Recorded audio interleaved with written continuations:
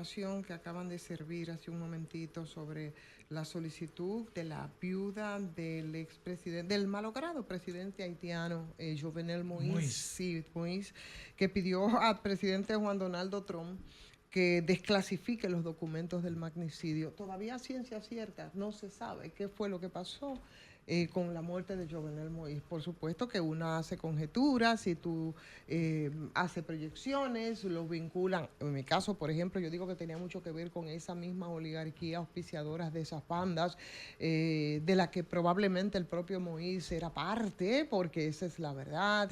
En fin, pero ese documento oficial, esa investigación y esos resultados todavía hasta ahora nosotros no lo sabemos, y en ese sentido pues ahí está como información que nos acaban de servir, Félix, Fafa. La viuda de Moïse, bueno, pues pidió al presidente justamente este lunes que se desclasifiquen esos documentos acerca del magnicidio, en un mensaje que emitió a través de la red social X, acompañado de una foto en la que aparecen los matrimonios Moïse y Trump juntos. Martín Moïse escribe: por favor, desclasifiquen todos los documentos del FBI y del Departamento de Estado relacionados con el asesinato de mi esposo.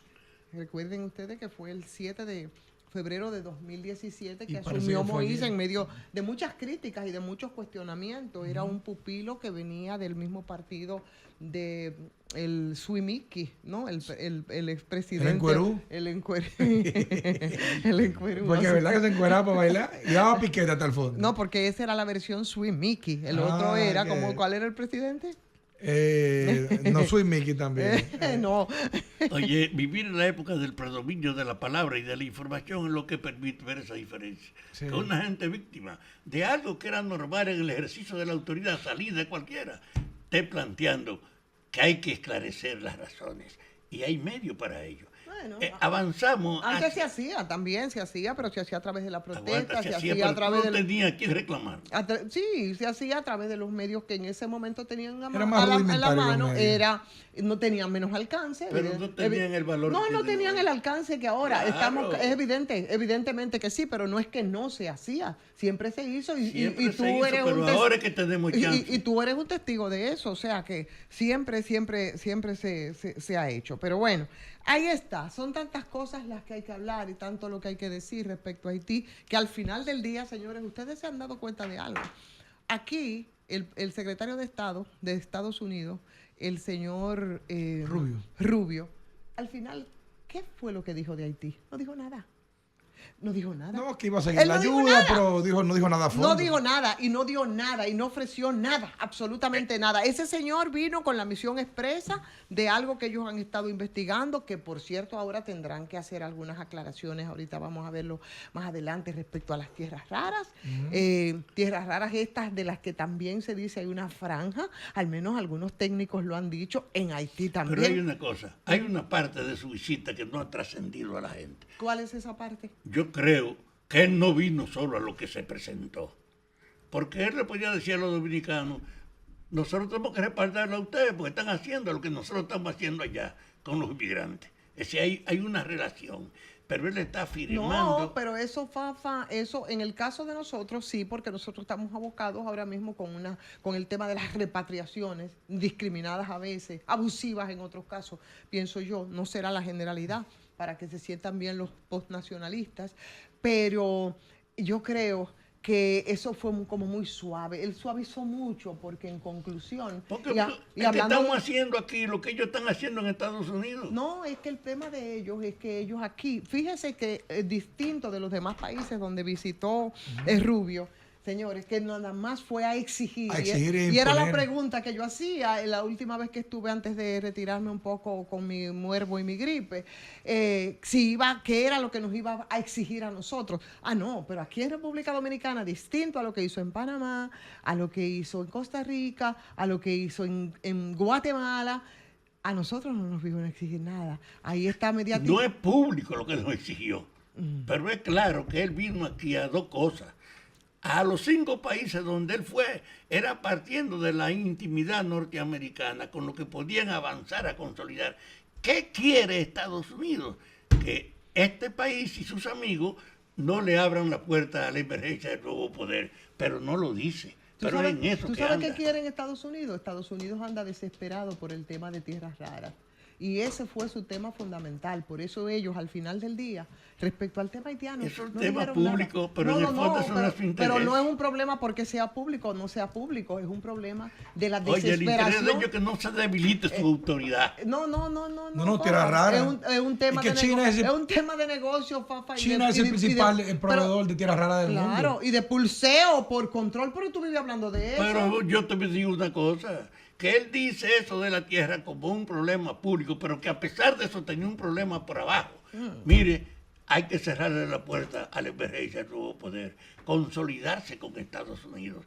Y él habló, pero en el fondo su motivo aquí es ver si Estados Unidos puede asegurar una permanencia de la supremacía que ha tenido en el vínculo con esos 5 países, porque la tendencia en América es una autonomía que se separa de Estados Unidos.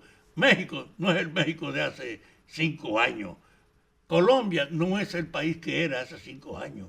Y las mayores relaciones que se tienen no están marcadas por ese predominio de Estados Unidos. Ellos están tratando de consolidar eso. Y lo que han hecho público es de las cosas que se pueden decir. Eso no se puede decir.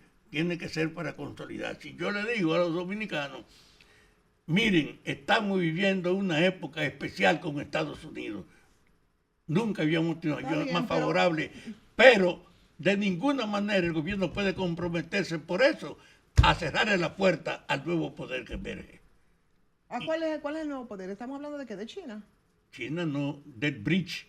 De la emergencia de un nuevo poder que no va a hacer competencia. Sí, bueno, pero está bien, pero yo, para quedarnos más en lo local, como usted dice, respecto a los acuerdos que pudo haber hecho el gobierno y por el tema ese de la tierra rara, vuelvo al punto, porque como dicen por ahí, lo dicen, yo creo que son los mexicanos, hay un refrán que ellos dicen, y que bueno, pero es que usted no da paso sin guarache. Efectivamente, Estados Unidos no da paso sin guarache. Algo busca siempre. Entonces sí, ahí yo puedo coincidir en el sentido de que por supuesto ahí hay acuerdos y hay cosas que probablemente nosotros no sepamos, porque realmente eso se ha manejado con algún nivel de secretismo. Aquí eso se ha manejado. Es una mercancía mundial ahora. De alguna manera eso se ha manejado con algún nivel de secretismo. Eso, por ejemplo, esos contratos, falta totalmente absoluta de transparencia, o tú te preguntas. Entonces, por ahí viene la cosa. Y no olviden ustedes, por ejemplo, que los chinos estaban ahí en esa zona de Manzanillo con el tema de la generación. Y era una empresa china que estaba comprando la bauxita. Y la generación eléctrica. Y tú sabes que el tema de la generación también. Justamente donde hoy se evidencia que hay tierra rara, es donde se estaba sacando la bauxita, por lo cual hay un estudio que dice, que no es oficial, que se perdieron más de 60 millones de dólares que se sacaron como bauxita y ahí había tierra rara, y que toda esa tierra rara se la llevaban callada y que solamente había bauxita, y mentira, había de todo prácticamente. Eso es un punto. El hecho que hoy la mercancía global hace que si tú tienes tierra rara, no tienes por qué hacer los tuyos si no te conviene. ¿Cómo fue que no tienes que buscar? Si tú tienes tierra rara, no puedes aceptar la oposición si no te conviene. Porque en el mundo ahora hay más de un centro de control como había antes. No es solo Estados Unidos. Hoy, ¿qué va a hacer? Bueno, lo que pasa es que nosotros tenemos un gobierno que es bastante genuflexo frente a Estados Unidos. Pero que no es verdad que se le va a parar. No se le va a revelar, lo va a hacer, no se le va a revelar. Lamentablemente es así. Ellos saben que tienen, por eso él hablaba con tanto orgullo y tanta seguridad de sus socios aquí en esta media isla del Caribe insular, ¿no?